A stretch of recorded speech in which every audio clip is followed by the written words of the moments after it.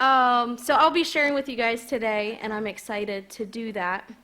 Although I was very, very hesitant because life was lifing a whole lot. You ever get that where life is lifing and then you're like, I can't do anything more. There's nothing more. But then I'm like, okay, fine. But how many of you were here for the Christmas Eve service? Was that not like, did you go home just feeling completely just peace? I don't know. It just felt so good. It really went well. I'm not saying that because Tom is here, because I don't think it was just Tom. But like, legitimately, the whole flow of the evening was really beautiful. Watching the kids come up here and like have a whole rock star moment of a band was something so cool and really special, and watching the different gifts that they're starting to pursue at such a young age and watching that transpire into using it for worship, it's great. It was really cool. But how many of you have been here during the last 4 weeks leading up to the Christmas Eve service, the Advent season? Yeah. How confident are you, Brent? Because he went, as his head tilted this way, and his hand went to about here and then stopped. Were you here? You were, okay. That was great. Over those 4 weeks, somehow I was either in the nursery or somewhere, so I was just getting bits and pieces and then watching it online for the most part. But I really have loved the interpretation of these different areas and kind of just reflecting in the midst of real life and how those things that we pursue, the Advent calendar of hope and peace and joy and love, in the midst of sometimes just the real life battles that happen all the time. And we sometimes don't talk about them in the same sentence together. We talk about them as separate entities, but usually the best way to do it is to talk about God's way of meeting us in the midst of those things. And so, very, very beautiful. So, does anyone remember hope in the midst of, what was the first one? Dumpster Village. Yep. Peace in the midst of war zone. Yes, very good. Joy in the upside down. You were here, see? Brent, good job. And love in the midst of, huh? What did you say, Chuck? I think you said it. Dark night. Very good. That's perfect. He was here once. You came through. You did your part.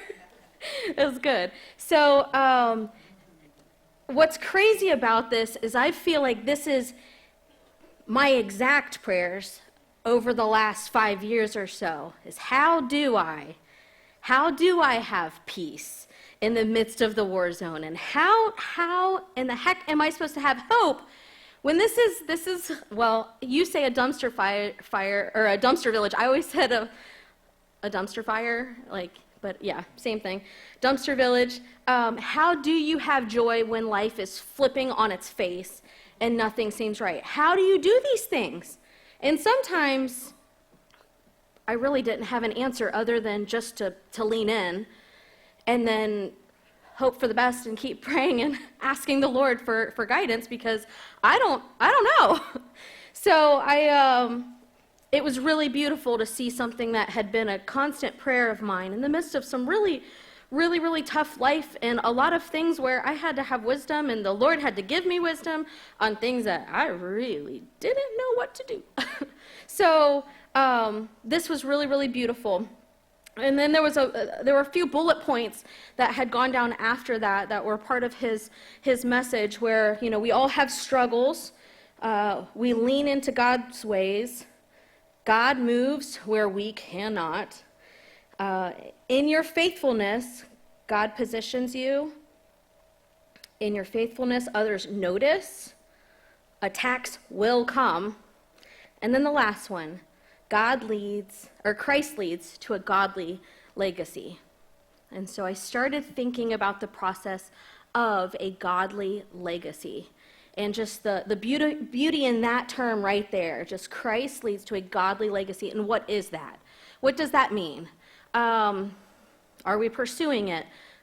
I mean, if we don't understand it, then we can't pursue it. And if we don't pursue it, it can't happen. And if it, like the dominoes keep going. So the closer we can get to understanding it, the better. And so it took me to 2 Corinthians chapter 3, and we are going to stay in 2 Corinthians chapter 3 the whole time. So once you get there, we're there. It's great.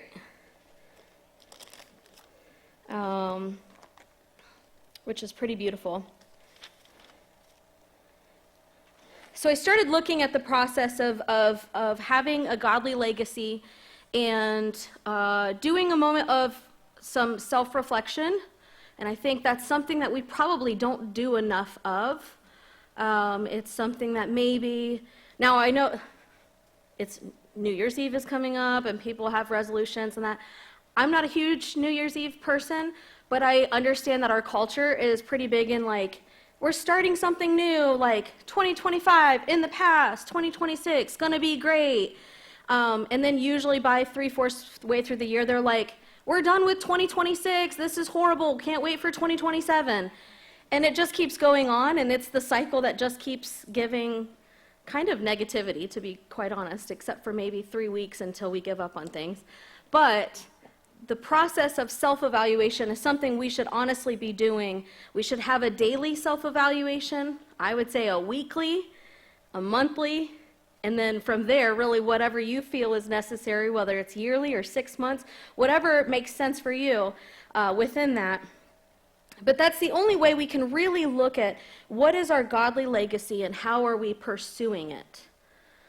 And if we're not pursuing it, it's not going to pursue us necessarily unless we're being a part of it. So 2 Corinthians chapter 3 shares with us, and I want to, before we like really dig in, I was looking at the process of these different letters and Paul writing letters, and I asked Tom because I was not completely sure, but I felt decent about it. But the difference between 1st and 2nd Corinthians, there was about a year between there, timeline-wise, from the first letter to the second letter. And he had gone to Asia and was continuing to share the gospel with people, continuing to share with them, and share with them practical, applicable ways to be able to follow Christ, and maybe some of the ways that he's like, you're not getting it in this area.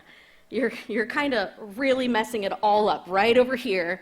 And these are some options of fixing that. So I've always really enjoyed these letters and these instructions, and it feels very doable.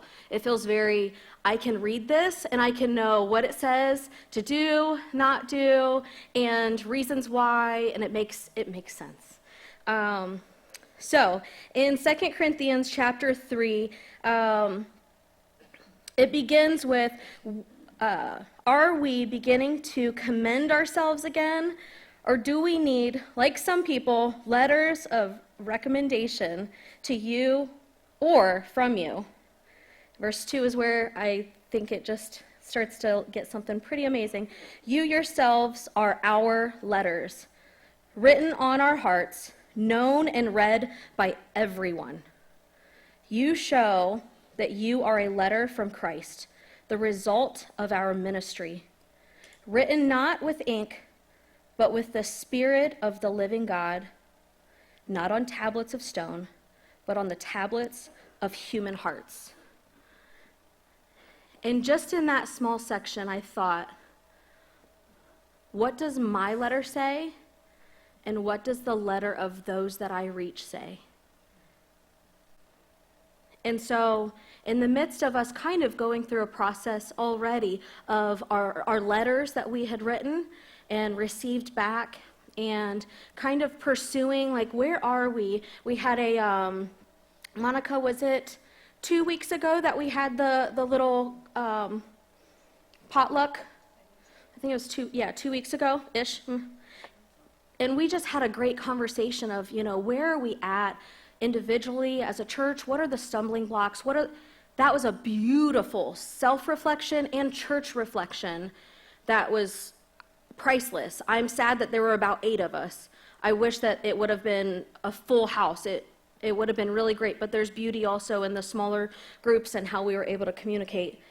But these verses begin to kind of, to me, tell a story of we're no longer in these stone tablets of rules. Yes, they're here, stone tablets of letters to give to us or to the Corinthians or to like fill in the blank.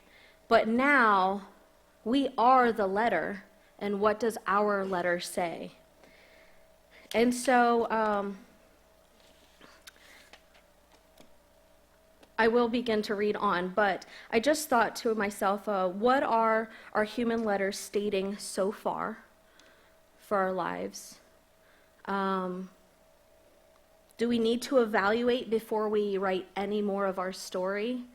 Or to write anything else down, do we need to take a minute to evaluate and kind of rethink some things? I did not do that on purpose, but that is what I said. Sorry, that just came out of my mouth, and I know that, anyway, okay. Back in my own lane, okay. What are we known for? What are we known by? Are we known for our joy? Are we known for serving God and serving others?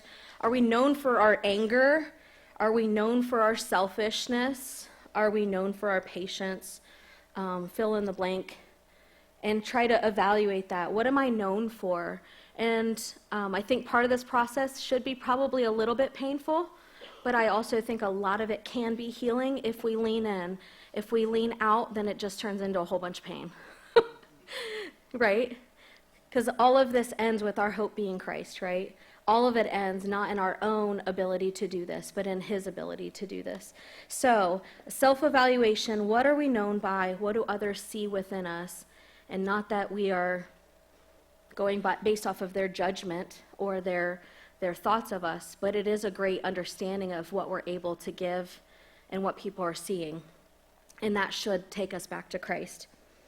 So, in verse 4, so such confidence in this is ours through Christ before God. Not that we're competent in ourselves. That is for dang sure.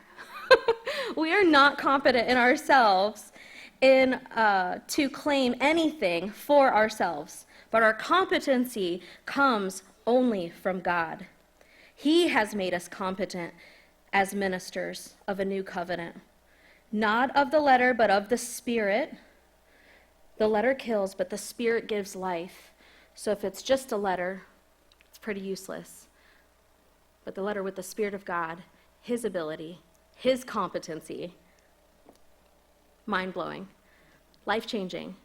Not just our life, all the people around us' lives. Ooh, it's good stuff. And I'm going to move down to then verse 12. Verse 12. So, therefore, since we have such a hope, we are very bold. I love that they could have just said bold. They could have just said bold. We're bold. We're very bold. And I don't know what everyone's translations say. Hopefully it's in all of them. If it's not, only use this one. I'm just kidding. But we are very bold. We are not like Moses, who would put a veil over his face to keep the Israelites from gazing at it while the radiance was fading away. But their minds were made dull. For to this day, the same veil remains when the old covenant is read. It has not been removed, because only in Christ it is taken away. Even to this day, when Moses is read, the veil covers their hearts. But whenever anyone turns to the Lord, the veil is taken away. Now the Lord is the Spirit, and where the Spirit of the Lord is, there's freedom. And we who with unveiled faces all reflect the Lord's glory are being transformed into his likeness with ever-increasing glory, which comes from the Lord, who is the Spirit. So, within this, there's a few different things. You know, we talk about the veil being torn. I was talking with Charlie, and she's back with the the littles today, I believe. Yeah. And so she was kind of saying, I don't know if I understand the veil concept. And so I think there's probably a lot of you that do understand that concept, but it's a great reminder of just the veil being torn and the process of when we are made aware of moments when we are not in unity with Christ. So in the temple there would be a veil, and that veil was a separation between like the innermost part of the temple. So for us, Christ dying is the veil being torn, and we have access to God in a mighty, powerful, beautiful, no limits kind of way. No limits. We are the only one that puts limits on our access to God. And I think, honestly, I've like really maybe stolen him short, and I think it's a beautiful thing is coming in the future of just seeing that further, seeing the power of him. But anyway, that's with me, not you. But we have to walk through the process of truly seeing the veil being torn. What are the areas where we can be growing? What are the areas where we can self-reflect, really evaluate? And so I would like for you guys here in a short time, we're going to begin to hopefully have some reflection. And at some point, not yet, but at some point, we will cut the live feed short so that we can have some time in-house together. And I do want to take time to reflect with each other, maybe about what our letters are currently looking like, the ways that maybe we're not really getting it right, maybe the ways that we are growing with Christ, and then looking forward at practical ways where we can begin to lean in. It's one thing to hear it in your mind and say, I probably could do this, but it's another to say it out loud, and it's another thing to share it with the people that are in our circle. And our church should be such a safe place to have that conversation, to be humbled, and to be able to get, hopefully, some people around you as accountability. And so the process of that is maybe a little intimidating, but it's also really beautiful.